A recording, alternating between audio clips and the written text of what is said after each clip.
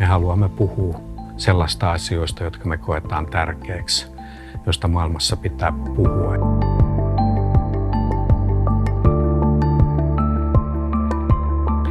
Me avataan pääkonttorissa maaliskuussa Giorgio de Chiricon näyttelyjä. Giorgio de Chirico on tietysti maalaustaiteen suuri mestari. Me kaikki tunnetaan sen intensiiviset, hienot, surrealistiset kaupunkikuvat. De Chirico on ollut mulle pitkään haave. Me käytiin jo joskus 10 vuotta sitten Roomassa siellä hänen kotisäätiössään juttelemassa mahdollisuudesta saada näyttelyä ja silloin pohdittiin ehkä jotain isoa retrospektiiviä. Mutta se ei oikein johtanut sitten mihinkään. Kyseessä on tietysti niin iso kala, että sen saaminen Mäntän haaviin osoittautui vähän vaikeaksi silloin. Se olisi ollut ihan tolkuttoman kalliskin projekti.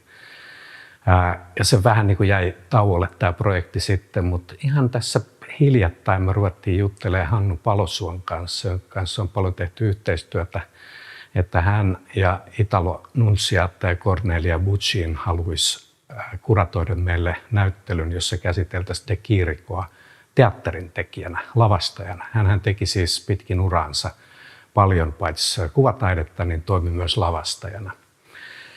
Ja tätä lähdettiin kehittelemään ja tällä saatiin oikeastaan ne italialaisetkin sitten innostuun todella nopeasti. Eli tässä meillä oli ikään kuin tarjota uusi kuvakulma de Chiricosta, hänen työnsä lavastajana, jota tunnetaan vähemmän, sitä on tutkittu vähän vähemmän. Ja syntyi nopeasti yhteydet paitsi sinne hänen omaan säätiönsä, niin sitten myös esimerkiksi Rooman oopperaan, Firenzen oopperaan ja siltä pohjalta ruvettiin tätä näyttelyä tekemään. Näyttely tulee sisältämään paljon hänen suunnitelmiaan, teoksiaan, erilaista kamaa, mitä hän teki teatteriin, niin teatterimaalauksia kuin puvustuksia. Ja sen lisäksi hän erityisesti siellä on aiheena de Chiricon suhde Roomaan, kaupunkiin, jossa hän eli 30 vuotta. Erityisesti hänen mukaan tulevissa taideteoksissa käsitellään myös tätä puolta. Siellä on paljon sitä hänen uusmetafysiikkaansa, uusbarokkia. Uskon, että tulee todella hieno näyttely. Kuraattorit haluaa tässä ihan erikseen antaa taiteilijan äänen kuulla. Sinne tulee paljon de Chiricon suoria sitaatteja esimerkiksi. Tällainen näyttely. Mitattu ja piirretty on näyttely, joka me avataan pääkonttorissa maaliskuussa. Ja tässä nyt on pääosassa Mäntän arkkitehtuuri. Mäntähän on arkkitehtuurisesti todella kiinnostava paikka. Serlakkiukset aikanaan kutsui tänne Suomen parhaita arkkitehtejä suunnittelemaan Mänttään erilaisia rakennuksia, niin arvorakennuksia kuin ihmisten asumuksia ja erilaisia yhteiskunnallisia rakennuksia. Ja niitä me ollaan nyt kutsuttu arkkitehtuurin ammattilaiset mittaamaan ja piirtämään. Ja tämä on itse asiassa tämmöinen prosessi, joka liittyy arkkitehtien ammattitaitoon, eli he ikään kuin tallentavat, dokumentoivat olemassa olevia rakennuksia sen lisäksi, että he tietenkin yleensä suunnittelee rakennuksia. Ja tässä on ollut mukana opiskelijoita Tampereen yliopistosta ja sitten isoja ammattilaisia Vernadoc-verkostosta. He on järjestänyt 2 mittaus- ja piirrosleiriä, toisen Huuhkojärvellä ja toisen täällä Mäntässä. Ja näiden leirien tuloksena sitten laatinut todella kauniita piirroksia mänttäläisistä taloista ja Huuhkojärven taloista, niin kuin sanottu. Ja mikä tässä on erityisen hienoa, on se arkkitehdin piirrosjälki. Arkkitehdithan on mestareita piirtämään. Se kuuluu edelleen siihen koulutukseen, että osataan todella piirtää. Ja he itse ei ehkä halua nähdä niitä niinkään taideteoksina, mutta kukapa meitä kieltäisi katsomista niitä nimenomaan äärimmäisen esteettisinä objekteina. Seuraavaksi me sukelletaan haamujahtiin, eli aiheena on mystinen Rembrandtin aikalainen monogrammisti I.S., taiteilija, josta ei tiedetä juuri mitään. Ei ylipäänsä onko hän mies tai nainen, minkälaisen elämän hän eli tai mitä tapahtui. Tarina lähtee liikkeelle vuonna 1937, josta osti tämän turkishattuisen miehen muotokuvan Lontoosta ja toisen tänne Mänttään. Siinä vaiheessa tämä attribuoitiin eräälle toiselle hollantilaiselle taiteilijalle. Ja tämä oli tavallaan osa sitä kokoelmaa, josta tarmokkaasti kartutti. Hän halusi näitä suuria eurooppalaisia mestareita ja meidän kokoelmaan tuli paljon silloin nimenomaan 1600-luvun hollantilaista ja flaamilaista taidetta. Me ollaan viime aikoina tutkittu tätä kokoelman osaa todella tarmokkaasti ja tämän tutkimuksen ohessa tälle teokselle syntyi sitten uusi attribuutio, eli todettiin, että tämä on todella tämä Leidenissa vaikuttanut monogrammisti IS tai Master IS, niin kuin englanniksi sanotaan. Tomi Moisio kuratoi tämän näyttelyn. Me ollaan tehty sitä yhteistyössä isojen eurooppalaisten taidemuseoiden kanssa ja saadaan tänne oikeastaan suurin osa niistä teoksista, joita tältä taiteilijalta ylipäänsä tunnetaan. Ja se on mielenkiintoista nähdä, että miten tämmöinen näyttely vaikuttaa, mitä uutta me opitaan, alkaako tämä salaperäinen juttu tässä jotenkin aueta. Että täällä on paljon yksityiskohtia, joita me oikeastaan ollaan opittu vasta tämän näyttelyn myötä tästä taiteilijasta. Ja itse asiassa tämä on ensimmäinen näyttely, jota monogrammista IS:stä on ikinä tehty, ja tämän mukana tulee myös tutkimuksellinen julkaisu. Että siinä mielessä ollaan tästäkin ylpeitä. Agnes Meyer-Brandis on meille tuttu taiteilija, saksalainen. On meidän kokoelmassa, on aikaisemmin ollut meillä ryhmänäyttelyssä, mutta nyt tehdään soloshow hänen kanssaan. Agnes työskentelee paljon tutkijoiden kanssa, eli hänen taitteensa on jatkuvaa vuoropuhelua luonnontieteilijöiden kanssa. Hän käsittelee samoja aiheita heidän kanssaan. Teosten aiheet saattaa liikkua vaikka, teokset saattaa käsitellä vaikka metsää tai ilmakehää, ilmastonmuutosta, tämän tyyppisiä aiheita. Tästä syntyy mielenkiintoinen vuoropuhelu tieteen ja taiteen välillä, ja se on tietysti aina todella mielenkiintoista, että kuka siinä oppii ja mitä, tutkijat vai taiteilijat vai molemmat. Agnes on tehnyt paljon yhteistyötä Helsingin yliopiston ylläpitämässä ilmastopyörä-taideohjelmassa tässä aika lähellä Hyytiälän metsäasemalla. Työskennellyt siellä yhdessä kuraattori Ulla Taipaleen kanssa, ja Ulla tosiaan kuratoi sitten tämänkin näyttelyn. Tähän tulee muutamia hänen ihan viime aikojen töitään, että ei siinä mielessä ole mikään iso retrospektiivi, vaan keskittyy siihen, mitä hän on viime vuosina tehnyt. Ihan keskeisessä osassa on tämmöinen teos, jossa käsitellään puiden liikkumista. Tämä onkin mielenkiintoinen juttu. Me usein ajatellaan tai aina ajatellaan, että puut on juurtuneet maahan, mutta hän luo tämmöisen vähän surrealistisen taidevideon tästä, jossa käsitellään sitä, että miten ilmastonmuutoksen vaikutuksesta puut pyrkivät soilla vaeltamaan ikään kuin paremmille kasvualustoille. Toinen esimerkki teoksista on tämä One Tree ID, joka on tähän mennessä tehty, muistaakseni oliko 22 eri paikassa aikaisemminkin, mutta hän sai sen idean nimenomaan täällä Suomessa aikana. Ja tässä uutetaan puiden kemiaa ikään kuin, ja sillä perusteella tehdään hajuvesiä, ja niinpä meilläkin sitten on tuolla meidän rannassa oleva, meille kaikille rakas hopea salava päätyy sitten hajuveden ainekseksi. Tämä on mielenkiintoinen projekti, jonka lopputulos ei ole fantasiaa, vaan jonkinlainen runollinen katsaus tieteen salaisuuksiin. Ukrainan sota, Venäjän laiton ja täysin käsittämätön hyökkäys Ukrainaan, se on todella järisyttävä asia. Se on muuttanut kaiken. Tietysti vaikutukset on kaikkein dramaattisimmat siellä Ukrainassa, jossa kuolee ihmisiä, mutta tavallaan myös muualla Euroopassa. Se on lisännyt turvattomuuden tunnetta, tavallaan muuttanut monia perustavanlaatuisia asioita. On tietysti kiinnostavaa, että miten sitä voidaan käsitellä taiteen keinoin.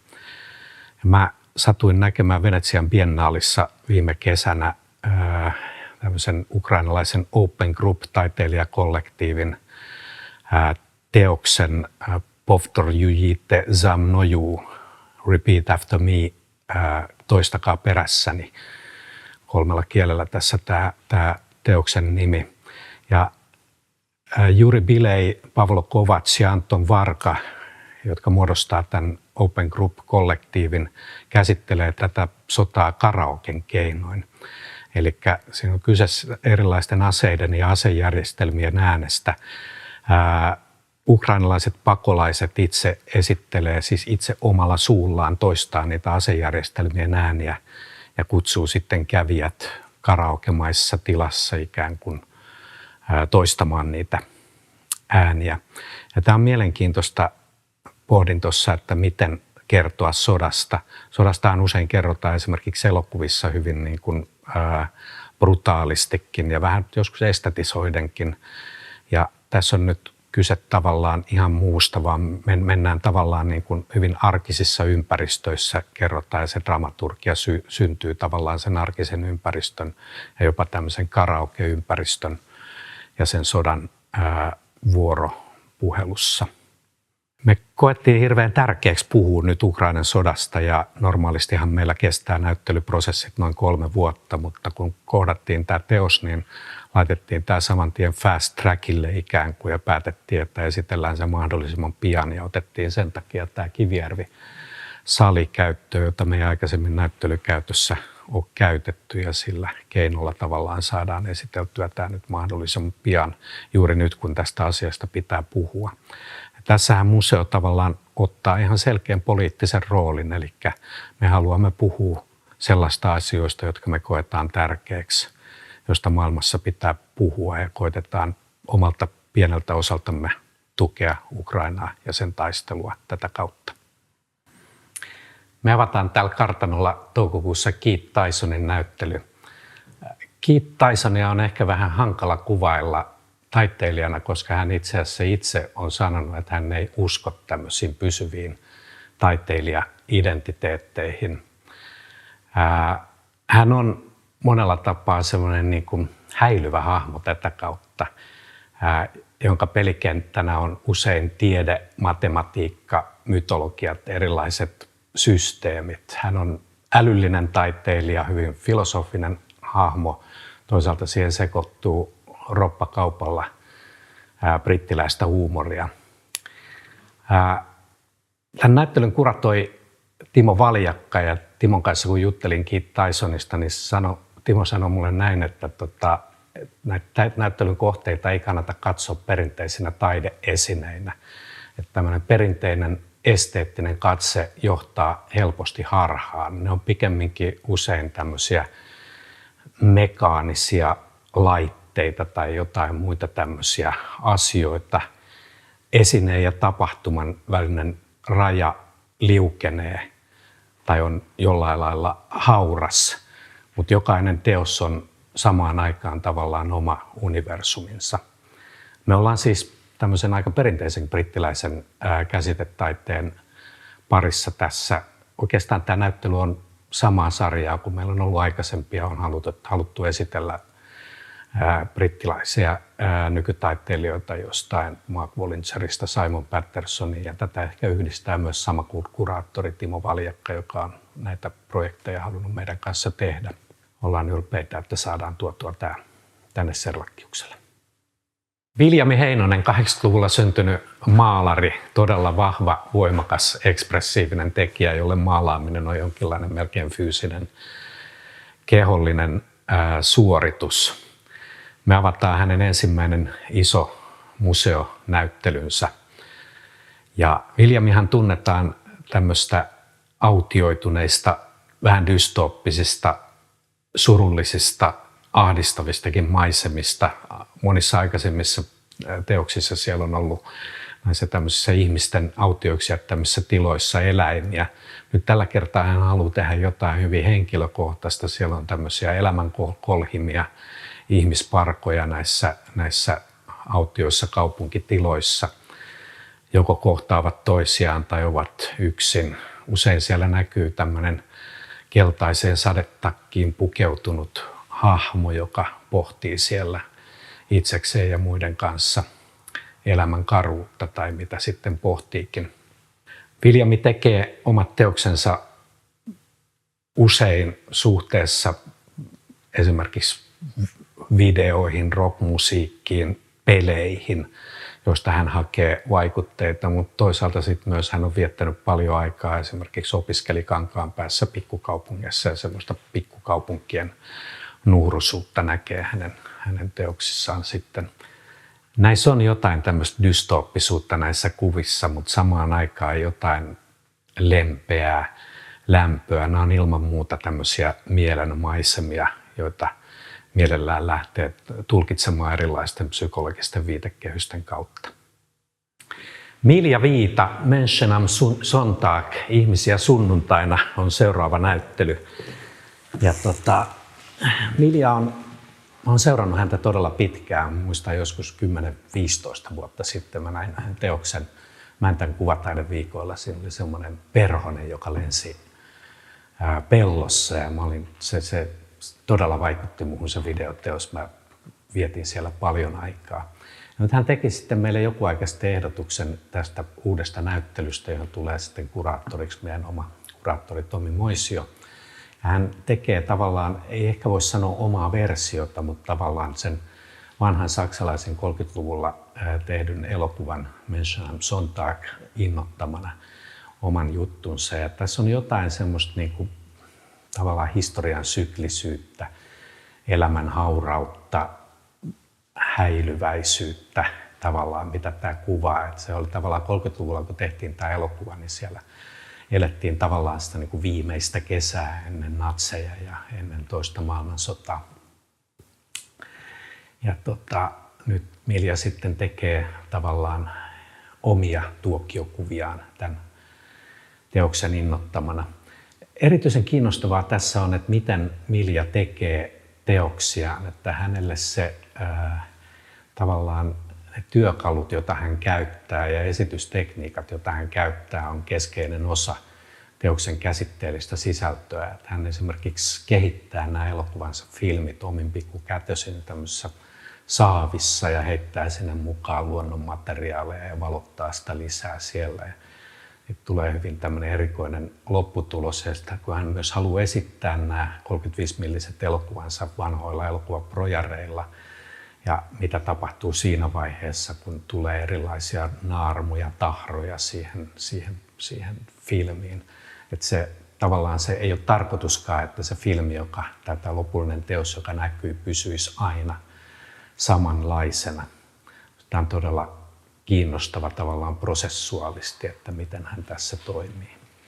Stiina Saaristo on ilman muuta oman sukupolvensa yksi kiinnostavimmista, omaperäisimmistä taiteilijoista. Meille tulee hänen iso retrospektiivinsa Always Happy, isoin katsaus hänen taiteeseensa toistaiseksi.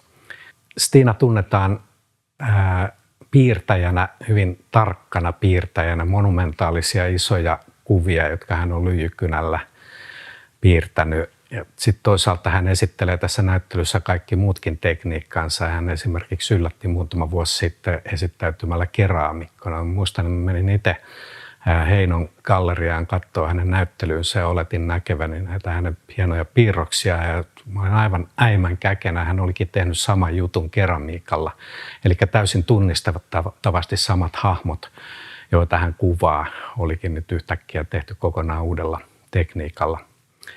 Stiina kuvaa taiteessaan tavallaan elämän rujoutta. Ne on usein omakuvia, toisin kuin meidän kaikkien kännyköillä ottamat omakuvat. Ne on kaikkea muuta kuin edullisessa valossa otettuja kuvia, että siellä näkyy kaksoisleuat ja jokainen ihohuokonen ja ihokarva. Ja tavallaan niissä käsitellään ruumiillisuutta, sukupuolirooleja, ne on hyvin henkilökohtaisia, mutta tavallaan niissä on sitten myös tämä oma yhteiskunnallinen puolensa. Me tuodaan Stiina tänne meidän kaikkein isoimpaan galleriatilaan, eli näiden verhojen takana avataan hänen näyttelynsä. Siinä näyttelyssä tulee olemaan myös paljon lämpöä ja naurua. Stiina on ennen kaikkea hyvin herkkä taiteilija.